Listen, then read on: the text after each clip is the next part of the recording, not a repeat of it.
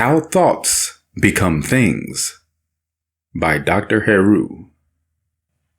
For the Masters of Destiny. Inspired by the Forces of Nature. This little book is the master key to changing the world. But first, why thoughts are things. We can make the world without but a reflection of the world within. We can make matter a force, subject entirely to the control of our mind. In this day and age we are living in, the world is starting to see that all we see is really the effect of a hidden cause. But for the mass majority, when you look at the condition and the state the world is in, you can say that few people still do not have any idea of the causes by which those effects are brought about. We must begin to realize that every human experience is an effect of a hidden cause. We laugh, we weep, and we experience joy, sorrow, and happiness. Each of these emotions we experience in life is easily traced back to a source. When viewing these emotional experiences, they can be easily traced back to their origin or source. But not all experiences in life are so easily traced back to their primary causes. This is due to the fact that most people do not realize that they are the cause of the effects taking place in their own lives. We live in a fear-based society. Everywhere you turn, there are subliminal suggestions encouraging or reinforcing fear. Many advertisements suggesting for people, for example, to take this type of medication in order to rid your body of an ailment or disease. During the winter time, we are bombarded with suggestions of receiving a flu shot in order not to contract what we have been taught is a cold, and society through the media has even made it where it is called flu season.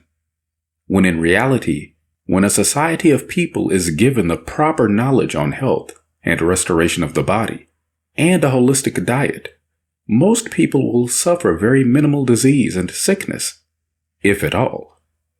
This is just one primary example of how thoughts become things and manifest themselves into your life. When the reality is, when we learn to find and control the causes in our life that are causing misery, pain, grief, stress, etc., we can control the effects. We shall no longer be the victims of fate, as they call it. When we start to learn the causes in our life, we will then be able to start to rise above the conception of life in which matter, person, place, and things is our master. There is but one great reality we will stress on your minds at this time, and this reality is the world within is a reflection of the world without. What is going on inside of your mind will reflect in your surroundings and environment. We attract to us, whether positive or negative, the things we think about the most, see in our minds, and are emotionally attached to. This is a law within nature called the law of attraction and the law of cause and effect. Question: what is matter? Answer: according to Merriam-Webster's dictionary, matter is defined as a material substance that occupies space, has mass, and is composed predominantly of atoms consisting of protons, neutrons, and electrons, that constitutes the observable universe, and that is interconvertible with energy. Modern-day physicists have noted the fact that matter is thought, vibrating at a lower frequency. Physicists have also learned, when probing deeper into what we call matter, that matter is really energy, and all things are made up of fine, minute particles of energy called atoms. Now, these physicists have also learned, when probing even further into the world of atoms, that there is an even smaller world that goes beyond what they call protons, electrons, and neutrons, called quarks, which are even smaller particles of energy that do not have a weight, meaning they do not sum up to anything that we know of in physical reality or physical existence. Yet, atoms are made up of quarks, so quarks exist in physical reality and in this physical world all the same. So, modern-day quantum physicists have termed the world that exists beyond the atom, which is the world of quarks, as nothingness, meaning these small, minute particles of energy exist, but they cannot be compared to anything on this side of H1 or hydrogen. So the best word that was given here was nothing, no thing. And when you truly examine the word nothing, you see no thing, or NO, which is the abbreviation for the word number, and then thing. The same with the word something or something, as in the sum, S-U-M, of a thing. In mathematics, we learned that sum is the totality, so the world existing below atoms does not sum up to, or add up to, anything in physical existence or reality. Yet, it still exists. When we sit back and really let this reality settle into our minds, an interesting thing takes place. You begin to first start to realize that there is a hidden world, a deeper, more finer world existing inside and all around us that we have no knowledge of. That our conscious awareness is not as fine-tuned as we thought. And when we start to keep contemplating these great truths that our ancient ancestors knew all along, we then begin to look for more examples in life to confirm these facts. There is a world going on inside of us, a world that we have no knowledge of, that when tapped into, gives us unlimited energy and resources to use in our lives. Ask yourself, what is the world of your heartbeat? How do blood cells know to pass your heart and keep moving throughout the body without naturally stopping the flow and hardening and clogging up? How does the stomach know how to give a message to the brain, which translates into a chemical emotional reaction to let you know when it is hungry and then warns you when it is full? How does our body know? Now, throughout the many different forms of religion, especially the three most prominent in this day and age that have had a long-lasting effect on the world, Christianity, Judaism, and Islam, they would say God, Theos, Dios, Allah, or Yahweh, is in control of all things.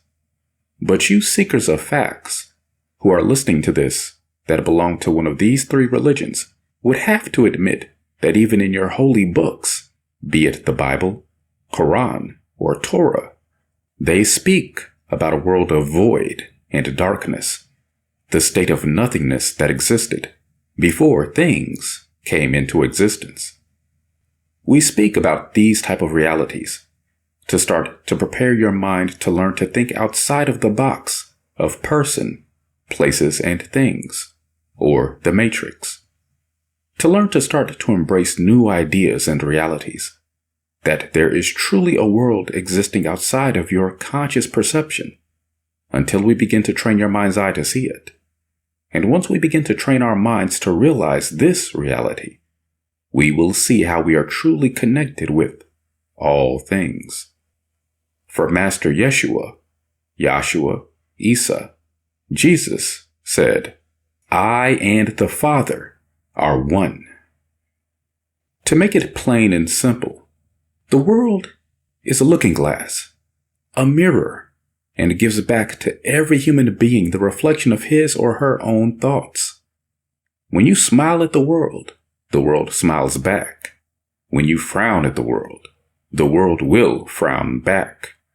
When you walk around with the Tupac state of mind, me against the world, then guess what? The world will truly be against you. Ask yourself today, what is my conscious perception of the world in which I live day to day? A shift in perception is a change in condition, all dealing with energy vibration. When we imagine, which means to hold these mental images in our mind's eye, of disaster, fear, and disease upon our subconscious minds, the miracle worker of our minds finds ways to bring them into effect, concrete reality. Even though at times we may want to stay at home to avoid some type of ill fate, the reality is the mental images are what counts. Mental images, which composes thought, can be devastating or beneficial to us, depending on how we choose to make it. The only thing that really matters is the thought world, the mental universe. For thoughts control the actions and environment of every human being. How we make the world without is but a reflection of the world within. Thought is the only force. Just as polarity controls electrons, gravitation controls the planets, tropism controls plants and lower animals, thought controls the world around us, and thought is subject wholly to the control of the mind. We have the ability to make the world without but a reflection of the world within. Once we learn proper discipline of the mind through positive meditation, positive visualization, and an all-around positive mental and emotional attitude. Our emotions, which is nothing but energy and motion, plays a big part on our mental state and what we are attracting into our lives. People have the power to make matter a force subject entirely to the control of our minds. For matter is merely our wrong view of what universal mind sees rightly. We do not have the ability to change past experiences, but we most definitely have the ability to determine what our new experiences will be like. We have the ability to make the coming day what we would like it to be. The power of vision. Without a vision, the people perish. Question: what is imagination? Answer: according to the Merriam-Webster's dictionary, imagination is defined as the act or power of forming a mental image of something not present to the senses or never before wholly perceived in reality. Creative ability. So as you can see, imagination is the ability to create an idea or mental picture in your mind. Question: what is reality? Answer: well, scientific experiments have shown that if we take a person and hook their brains up to certain PET scans and computer technology and ask them to look at a certain object, these scientists would watch certain areas of the brain light up, and then they ask the same people to close their eyes and then imagine that same object. And when they imagined that same object, it produced the same areas of the brain to light up, as if they were actually visually looking at the object. So this caused scientists to back up and ask the question, so who really sees then? Does the brain see, or do the eyes see? And what is reality? Is reality what we are seeing with our brain, or is reality what we are seeing with our eyes? The truth is, the brain does not know the difference between what it sees in its immediate environment and what it remembers, because the same specific neural nets are being fired. So then this makes you ask the question, what is reality? Pause and think. The mind has many great powers. One of its powers is the ability to produce images. Now, before we go any further into speaking about the powerful gift of imagination and the creative ability of the mind to produce mental images called visualization, we must stop and take time to examine just how does the brain create these mental images that your mind sees. The holographic nature of the brain. Question: I have heard many times the human brain is like a holographic computer. How so? Answer: yes, this is true when examining the functions of the brain and the way the brain reacts to outer stimuli via senses, and the way the brain stores information. Our brain is like a holographic computer. Just like a computer, our brains have a certain amount of memory or bytes that can be used as impulses from the senses that are beamed to the brain, connecting, converging, and interfering as they overlap within your brain cells. Electromagnetic energy serves as the holographic brain's laser-like light. Your eyes serve as the object beam. Your remaining senses and emotions serve as the brain's reference beams.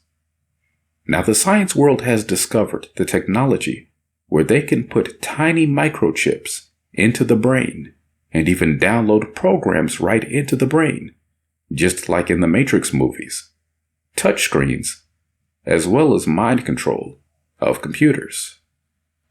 Now let's take a look at the word hologram.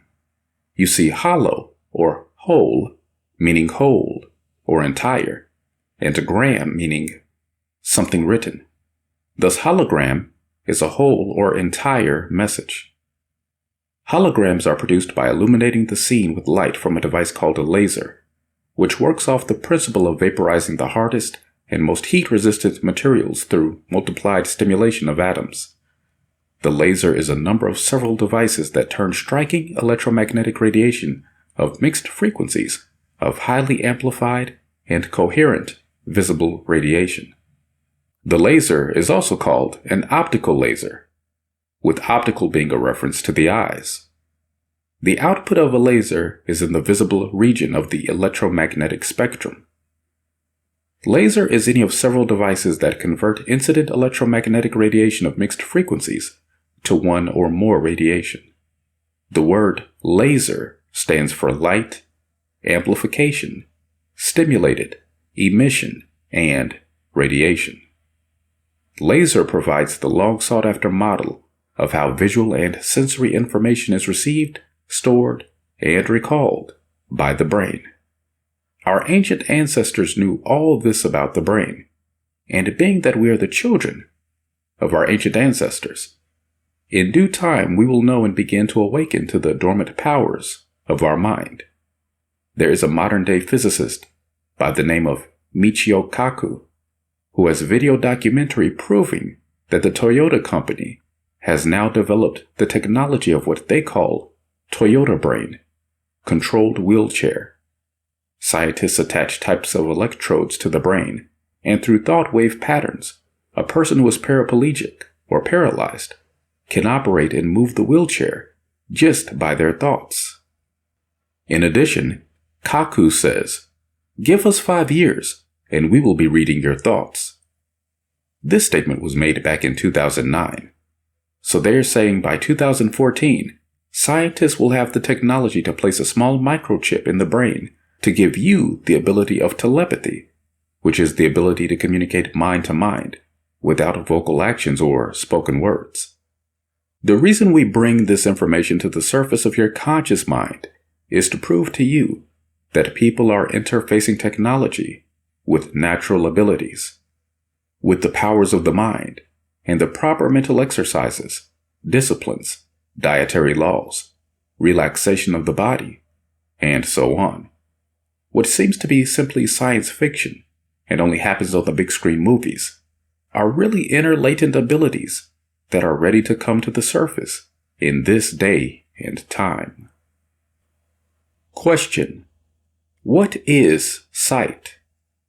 Answer: according to Merriam-Webster's dictionary, sight is defined as the physical sense by which light stimuli received by the eye are interpreted by the brain and constructed into a representation of the position, shape, brightness, and color of objects in space. Mental or spiritual perception. Sight is one of the 5 external physical senses that humans have. Contrary to what we have been taught, the eyes do not actually see. The eyes contain receptor cells which respond to messages from the brain as they experience external stimuli. They work by touch, the one real sense. Receptor cells are sensitive to specific classes of stimuli within a certain range of intensity or vibration. To explain stimuli, plural for stimulus, is external interference or action upon receptor cells.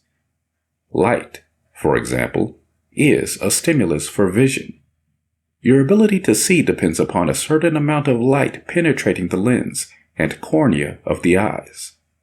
It focuses on the delicate retina, the part of the eye with nerve cells which relay impulses to the cerebral cortex of the brain. This is how an image is visualized. Question: so how do the eyes function? Answer: Your eyes are often said to be the windows of the soul. The eyes are spherical structures anchored by 6 muscles into bony sockets in the skull.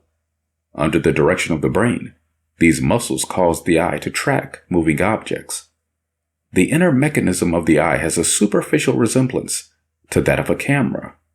Light rays are focused through a lens onto a light-sensitive area, the retina.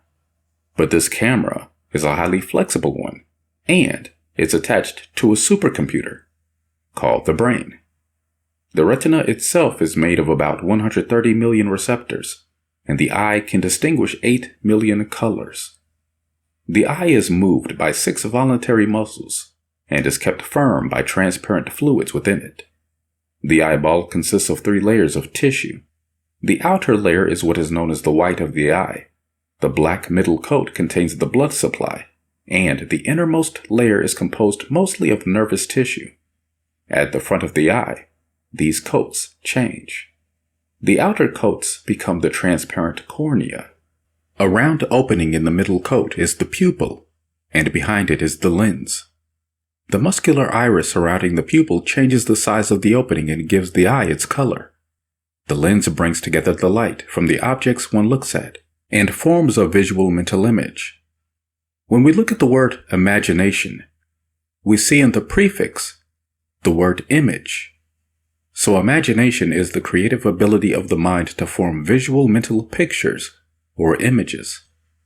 Another word for this process of seeing mental images is called visualization.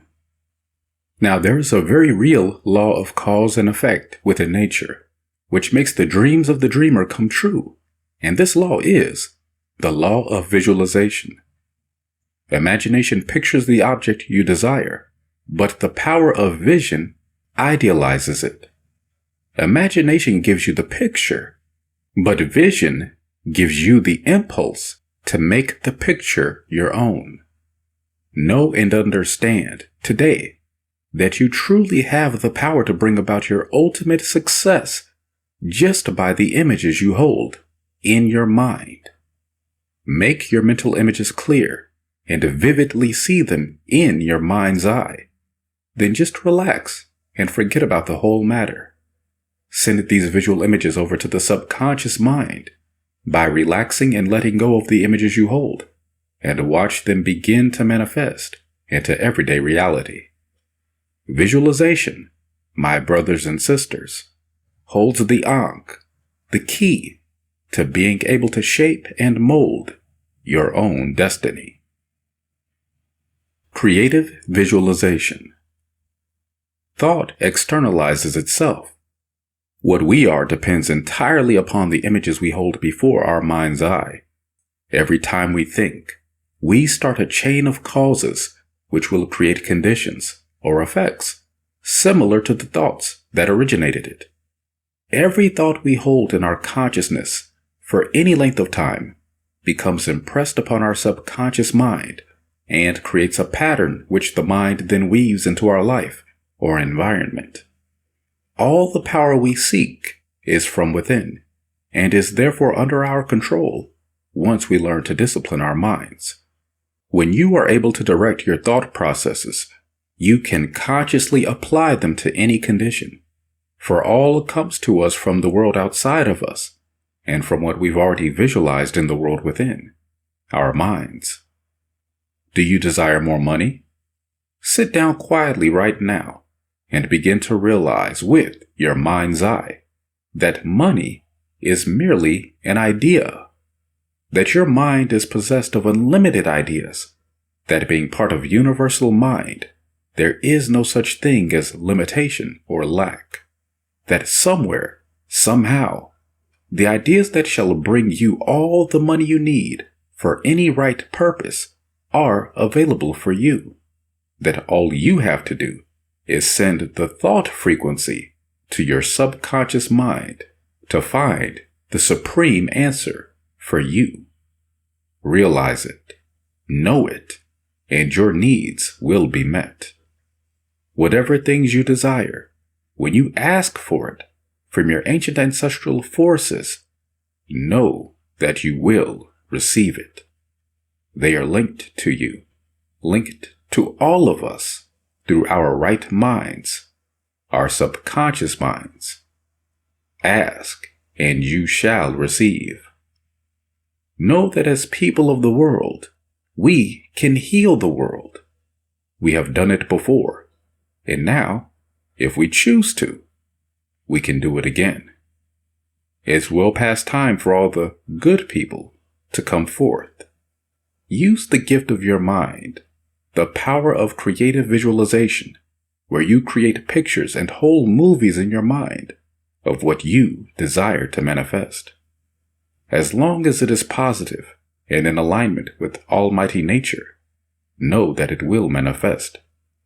For the source of all good, of everything you wish for, is the universal mind, the all in all, and you can reach all only through your subconscious mind.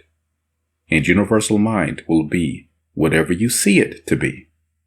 See a world of freedom, a world that allows you to express the deity's mind that you truly have, a world that has peace, no sickness, no discomfort, no disease, a world of facts and confirmations, and a world of ancient royalties, a world where Earth's autochthonous and indigenous peoples are back in their rightful place as mothers and fathers of the world's civilizations.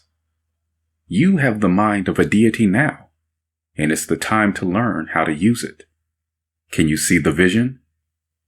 When we begin to realize with our mind's eye, the real I, that our minds are part of the universal mind, the all, and through our DNA and minds we are connected to all, then we will realize that we have direct access to our ancestors who are waiting to help us, and we have direct access to all.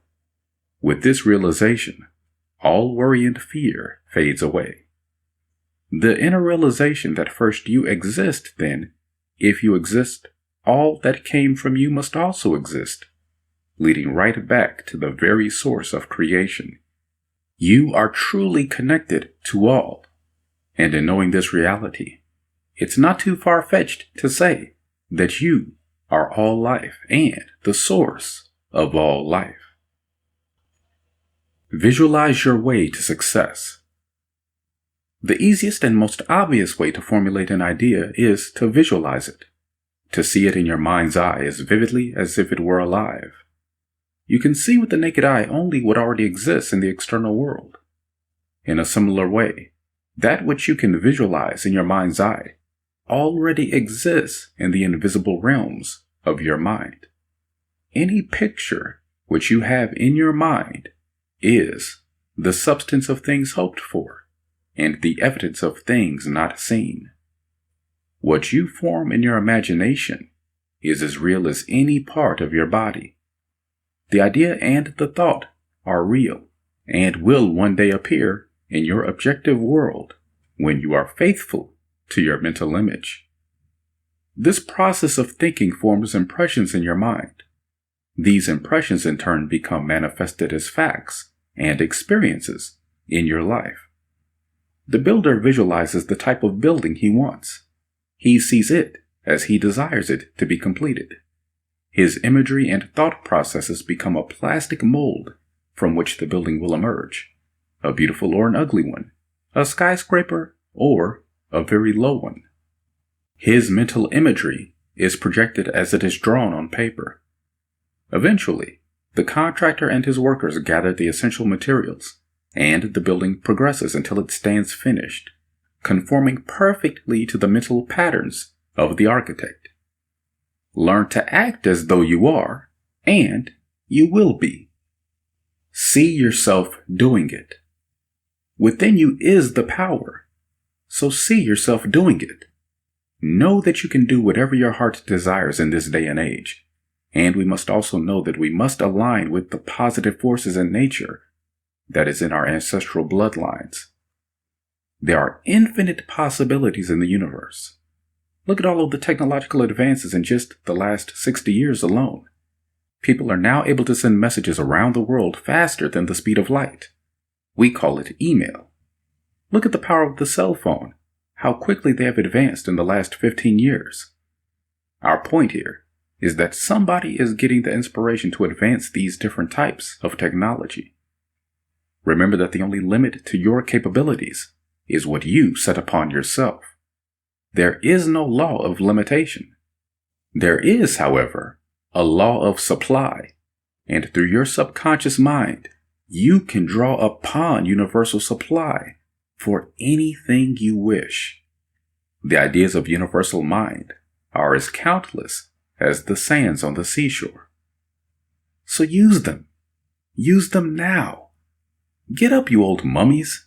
Get up out of your sarcophagus and get to it. You are an intelligent, reasoning, infinite, and boundless being. Our minds are part of universal mind, the all in all, and we have all the power within us to make requests to universal mind, the all and all, for our needs and positive growth. So why not aim high, demand a lot, and watch our heart's desire manifest? Make a clear, distinct image of what it is that you want and need in your life. Place your order as if it were a restaurant with the universe, universal mind, the all in all. It takes everybody's order. Hold it in your thought, visualize it, see it, and know it. The ways and means of satisfying that desire will follow. It is by doing this that you take fate off of the hands of chance. It is in this way that you control the experiences you are to have in life. But you must be sure to only visualize only what you want. The law works both ways. If you visualize your worries and your fears, you will make them real. Learn to control your thoughts, your emotions, and you will control your circumstances. Conditions will be what you make them. The time we spend idly wishing and worrying can be used in directing our subconscious minds in such a way that it will bring us anything of good we may desire. All we have to do is keep that one thought in mind, see it being carried out step by step, and we can knit together a wonderful masterpiece. The world today has turned in vain to matter and materialistic philosophy for primarily selfish gains. We are now in the days and times where the only way we will truly progress will be in the mental realm, and this progress will not be in the way of human speculation and theorizing, philosophizing, and believing, but in the actual demonstration of the universal, infinite mind. Don't be content with passively listening to this. Use it. Practice it. Exercise is far more necessary to mental development than it is to the physical. Practice the daily dozen of right thinking. Stretch your mind to realize how infinitely far it can reach out, what boundless vision it can have. Breathe out all the old thoughts of sickness, discouragement, failure, worry, and fear. Breathe in deep, long breaths, that is, thoughts of unlimited health and strength, unlimited happiness and success. Practice looking forward, always looking forward to something better. Better health, finer physique, greater happiness, bigger success. Take these mental breathing exercises every single day and see how easily you will control your thoughts, how quickly you will see the good effects. You've got to think all the time. Your mind's going to do it anyway, and those thoughts are constantly building you either up or down. The choice is always yours. So be sure to exhale all thoughts of fear, doubt, worry, disease, and lack that have been troubling you, and inhale only those you want to see realized. Because, in short, all is thought. Thought is all.